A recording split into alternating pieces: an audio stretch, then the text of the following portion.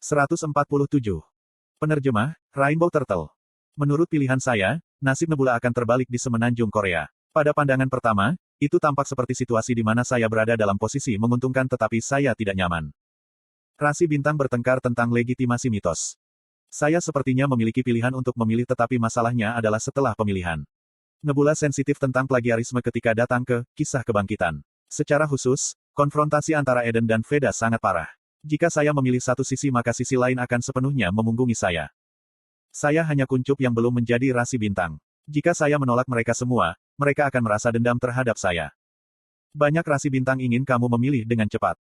Sial, saya takut menerima kritik atas kebangkitan dan menjadi musuh publik di antara rasi bintang. Apa yang harus saya lakukan? Rasi bintang, Ratu Musim Semi Gelap, sedang memediasi konflik antara rasi bintang. Rasi bintang, Queen of the Darkest Spring, menekankan bahwa itu adalah pilihan inkarnasi. Persephone ada di pihak saya. Ngomong-ngomong, mengapa dia membantuku?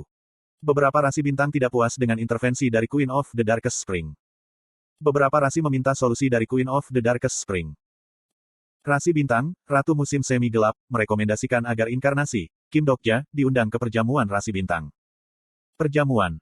Setelah beberapa saat, Nebula, Eden, setuju dengan saran dari Queen of the Darkest Spring. Nebula, Veda, setuju dengan saran dari Ratu Musim Semi yang paling gelap. Sejumlah rasi bintang setuju dengan saran dari Queen of the Darkest Spring. Terlepas dari niat saya merasa keberadaan saya dijual dengan harga murah. Entah bagaimana aku merasa kosong dan kemudian Dokkaebi Yongki muncul di depanku. Terengah-engah, Pak Dokja. Mungkin dia datang dengan tergesa-gesa. Yongki berkeringat. Ada tempat yang harus kamu tuju. Di mana? Aku akan membantumu sampai di sana. Aku akan segera menyiapkannya. Saya punya ide kasar kemana saya pergi. Berdasarkan seberapa gugup Yongki, tekanan dari rasi bintang harus cukup besar. Rasanya seperti tubuh saya runtuh dan terlahir kembali. Itu bukan kebangkitan. Itu lebih dekat dengan jiwa yang membentuk tubuh. Itu adalah keadaan seperti hantu yang melayang tetapi hanya sementara. Ini adalah pertemuan penting. Kemeja dan jas menutupi tubuh jiwa yang tidak memiliki alat kelamin. Tekstur kain itu terasa seperti telah dibuat untuk saya. Cerita bersinar di langit malam yang jauh. Perjamuan konstelasi saat ini sedang diadakan. Konstelasi, Queen of the Darkest Spring, telah mengundang Anda ke perjamuan konstelasi. Perjamuan rasi bintang. Seiring dengan pemilihan sponsor, itu adalah acara yang diatur untuk rasi bintang Starstream. Saya diundang ke sebuah jamuan makan di mana hanya rasi bintang yang diundang, meskipun belum menjadi rasi bintang. Saya melihat waktu yang tersisa sampai saya dibangkitkan. Sisa waktu, 23:54:12. 23 jam. Sudah cukup waktu untuk kunjungan singkat. Itu agak cepat tetapi tempat yang harus saya kunjungi sudah jelas. Oke, ayo pergi. Akhirnya tiba waktunya untuk mengunjungi rasi bintang. Orang yang mengundang Anda akan segera mengirim utusan. Dimengerti. Aku berharap kamu sukses debutnya. Yongki mengangkat kepala dengan mata tegas dan segera menghilang dari hadapanku. Saya melihat sekeliling dan daerah itu tertutup awan putih. Saya menyadari bahwa ini adalah salah satu anak sungai, Jalan Awan. Banyak Dokkaebis bergerak di sepanjang jalan ini untuk mencapai dimensi lain. Anda telah meninggalkan area skenario utama untuk sementara waktu. Anda harus kembali ke area skenario dalam 24 jam, waktu bumi. Jika kamu tidak kembali tepat waktu, kamu akan dibuang sesuai dengan aturan skenario. Pembuangan. Sistemnya benar-benar menakutkan, sama seperti terakhir kali ketika aku pergi ke dunia bawah. Skenario tersembunyi, perjamuan konstelasi akan dimulai. Plus. Skenario tersembunyi, perjamuan konstelasi. Kategori, tersembunyi. Kesulitan. Kondisi yang jelas, berpartisipasi dalam jamuan makan dan memiliki debut yang sukses. Batas waktu, 24 jam. Kompensasi, 100.000 koin, disukai atau tidak suka dari beberapa rasi bintang. Kegagalan. Plus. Bagaimanapun, ada banyak skenario tersembunyi di Starstream. Selama saya menjaga hati saya akan mendapatkan lebih banyak koin daripada yang saya kira. Saya melihat 4 kuda terbang dari kejauhan. Kuda-kuda putih itu seperti sumber cahaya karena mereka memancarkan cahaya putih. Mereka terbang dengan sayap emas dan di belakang mereka ada kereta emas. Ada lambang matahari yang terukir di bagian luar gerbong. Aku mengenali kereta dengan satu lirikan. Tentunya ini bukan kereta matahari. Kemudian kehadiran di gerbong. Hei, masuk. Saya kagum dengan suara sejati yang saya dengar. Itu menunjukkan bahwa kehadiran di kereta bukanlah seseorang yang besar. Hei, tidak apa-apa. Ini adalah dunia simbolis sehingga suara sejatiku lebih lemah. Masuk dengan cepat. Aku tidak akan memakanmu. Dengan gugup aku naik kereta. Jika ini benar-benar kereta matahari, pemilik kereta ini mungkin adalah Dewa Matahari Helios. Kamu adalah... Aku memandangi penghuni gerbong dengan mata lebar. Lebih tepatnya, itu bukan penghuni. Hanya segelas anggur yang diisi dengan anggur merah lezat yang melayang di dalam kereta.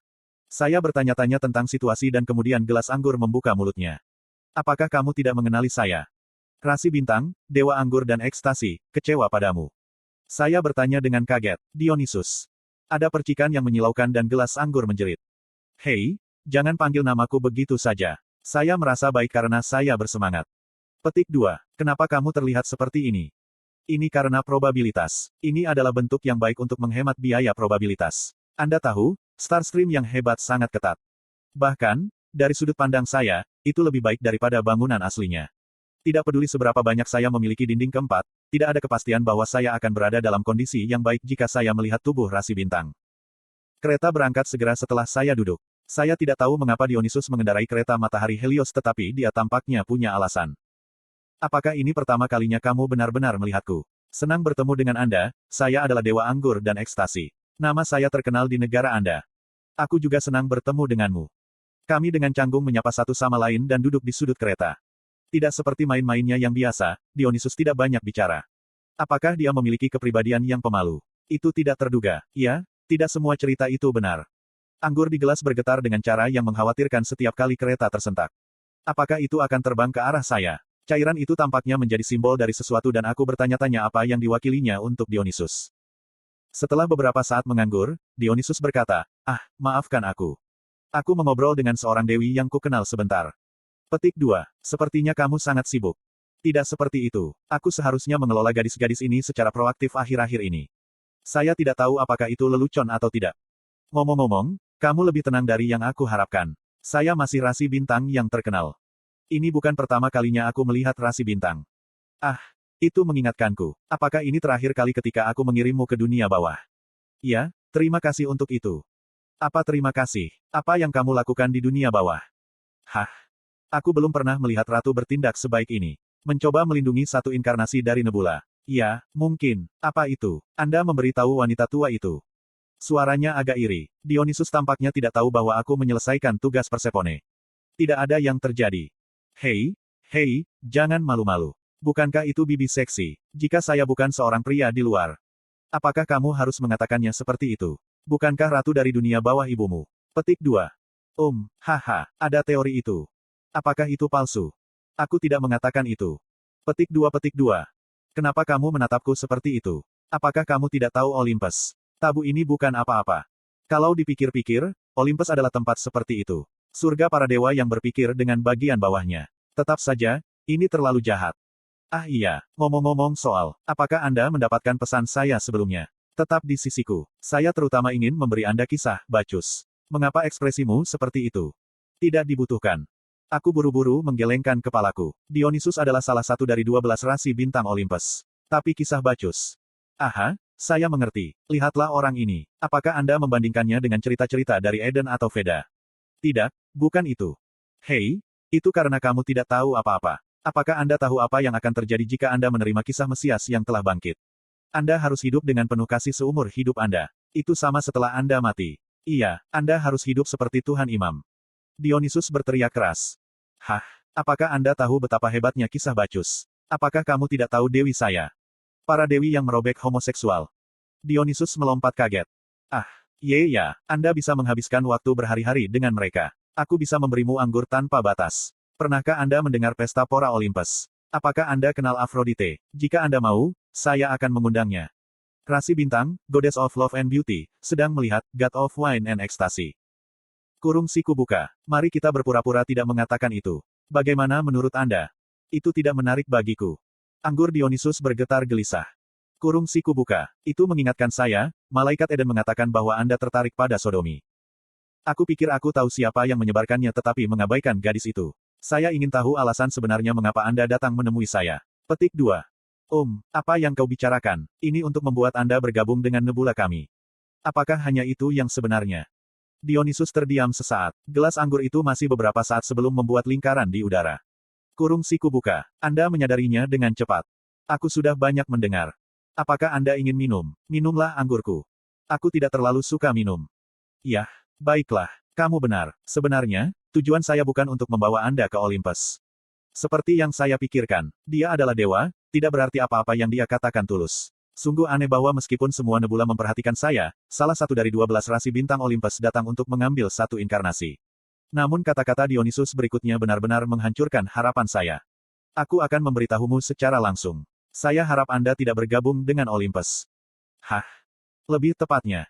Kemudian ledakan mengerikan terjadi. Kereta matahari bergetar seperti terkena sesuatu dan kuda-kuda menjerit. Aku berbalik dan melihat anggur mengalir dari gelas Dionysus. Ah sial, saya sangat terkejut, saya kesal.